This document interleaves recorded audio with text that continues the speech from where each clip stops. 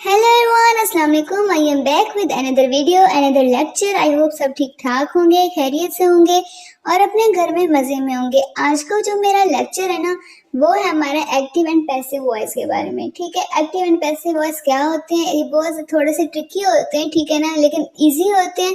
आप लोगों ने ये लेक्चर ध्यान से सुनना है, ठीक है ना। आप लोगों को समझ में आ जाएगा कि basically active and passive voice होते क्या है। ठीक है, चलिए अपना आज का लेक्चर स्टार्ट करते हैं। ठीक है ना, अगर आप लोगों ने मेरा चैनल सब्सक्राइब नहीं किया हुआ तो सब्सक्राइब कर दें, लाइक कर दें, कमेंट कर दें, शेयर कर दें और बेल आइकन को भी प्रेस कर दें ताकि आपको हर आने वाले वीडियो का लेक्चर का जो वो है नोटिफिकेशन वो मिल जाया करे। ठीक है, चलिए अपना lecture without any delay start करते हैं कि हमारे पास एक्टिव एंड पैसिव वॉइस होते क्या हैं और किस तरीके से इंग्लिश लैंग्वेज में, इंग्लिश ग्रामर में, इंग्लिश सेंटेंसेस में जो है वो यूज होते हैं। ठीक है जी, अब यहाँ पे देखिए सबसे पहले हमारे पास एग्जाम्पल आ गए। ठीक है, एग्जाम्पल हम लोग एग्जाम्पल से स्टार्ट करते हैं क्योंकि मैं सबसे पहले आप लोगों को एग्जाम्पल इसलिए देती हूँ ताकि आप लोगों को इजीली समझ में आ जाए। देन मैं आपको डेफिनेशन बताती हूँ। ठीक है, चलिए हम एग्जाम्पल देखते हैं यहाँ पे कि यहाँ पे एक दो सेंटेंसेज है हमारे पास।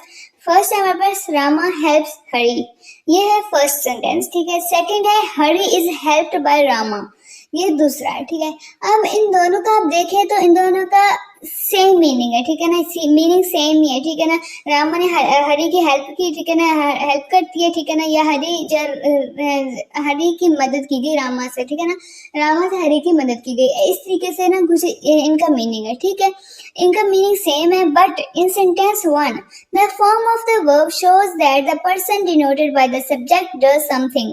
अब सेंटेंस वन में देखें the form of the verb, form of verb हमारे पास क्या है? हेल्प। जो वर्ब क्या होता है हमारे पास? जो एक्शन हो रहा होता है। यहाँ पे कौन सा काम हो रहा है?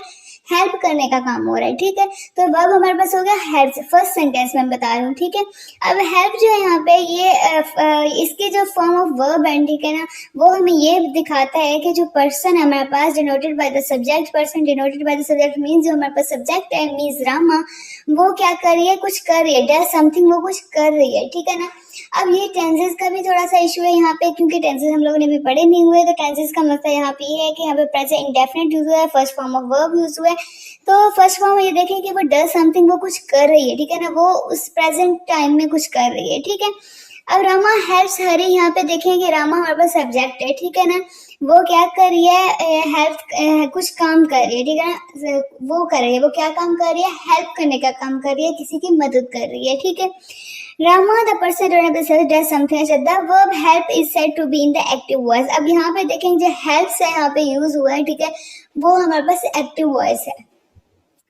इसी तरीके से in sentence to the form of the verb, अब दो फॉर्म सेकंड सेंटेंस में देखें फॉर्म ऑफ वर्ब हमारे पास चेंज हो गई है, हेल्प्ड बन गई है। ठीक है ना, वो हमारे पास कौन सा फॉर्म ऑफ वर्ब हो गया?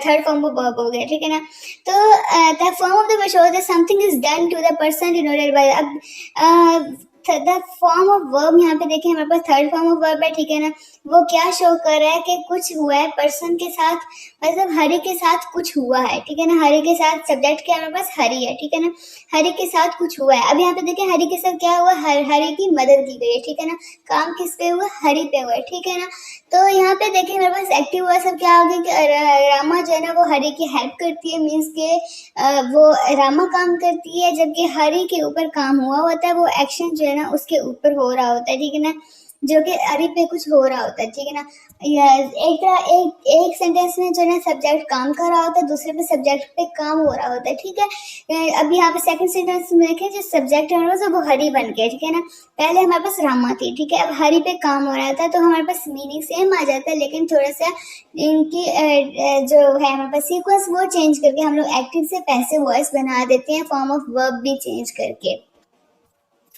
ठीक है ना, अब एक्टिव वॉइस की डेफिनेशन देखते हैं। अब verb is in the active voice when its form shows, जबकि अब यहाँ पे देखें वर्ब हमारे पास एक्टिव वॉइस में थे जब इसके फॉर्म शो करते हैं कि दैट पर्सन थिंक समथिंग, कि जो हमारे पास पर्सन और थिंग है वो जो सब्जेक्ट है हमारे पास वो कुछ कर रहा होता है, तो इट मीन्स कि वो हमारे पास एक्टिव वॉइस है। जबकि active voice is also called because the person, अच्छा कि एक्टिव वॉइस हमारे लिए इसलिए भी इसको कहा जाता है क्योंकि जो पर्सन है हमारे पास, जो सब्जेक्ट होता है वो काम कर रहा होता है, एक्ट कर रहा होता है। ठीक है, इसी तरीके से हमारे पास जो पैसिव वॉइस है वो हमारे पास बेसिकली हमारे पास कौन सा होता है, वो होते हैं जिसमें फॉर्म ऑफ वर्ब ये शो करता है जो सब्जेक्ट है हमारे पास उस पर काम हो रहा होता है, ठीक है ना। एक्टिव वॉइस जो है उस पर एक्ट हो रहा होता है, ठीक है ना, लेकिन जिस पे एक्ट हो रहा होता है वो हमारे पास होता है पैसिव वॉइस, और वो भी एज अ सब्जेक्ट जो है ना जब काम कर रहा होता है, ठीक है।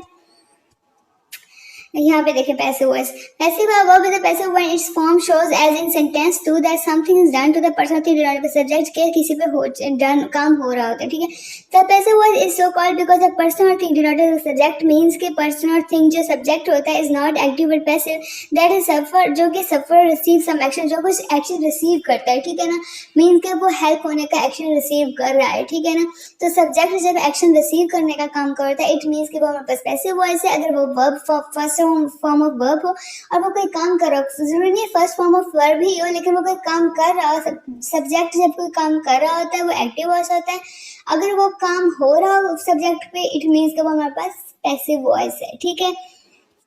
If you like my video then do subscribe, like, share, comment and press the bell icon to get the notification of every upcoming lecture. Thank you so much. I hope आप लोगों को समझ में आ गई होगी कि बेसिकली मैं आप लोगों को क्या समझाना चाह रही थी। तब तक के लिए ख्याल रखिएगा अपना, ठीक है ना। मिलते हैं नेक्स्ट लेक्चर में, नेक्स्ट वीडियो में एक नेक्स्ट टॉपिक के साथ। Stay tuned, stay connected. Allah हाफिज।